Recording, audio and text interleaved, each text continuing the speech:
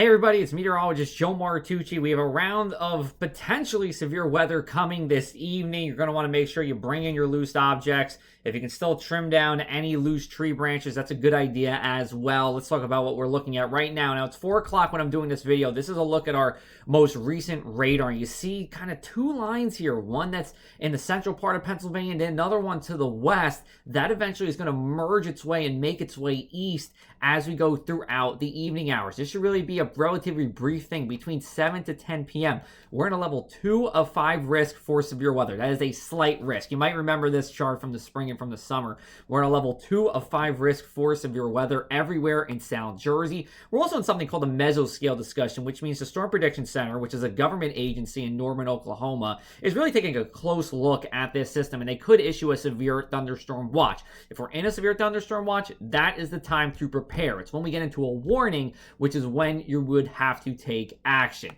Let's look at what's happened so far here. We have everywhere that's in yellow and orange are areas of wind damage already. Everywhere in the yellows, winds under 50 miles an hour. Everywhere that you're seeing the oranges are 50 to 60 miles an hour, and then it's 60 plus once you get into those red squares. Hail is everywhere in pink. So we do have strong winds to talk about as well as hail too. Now let's look at our future radar here.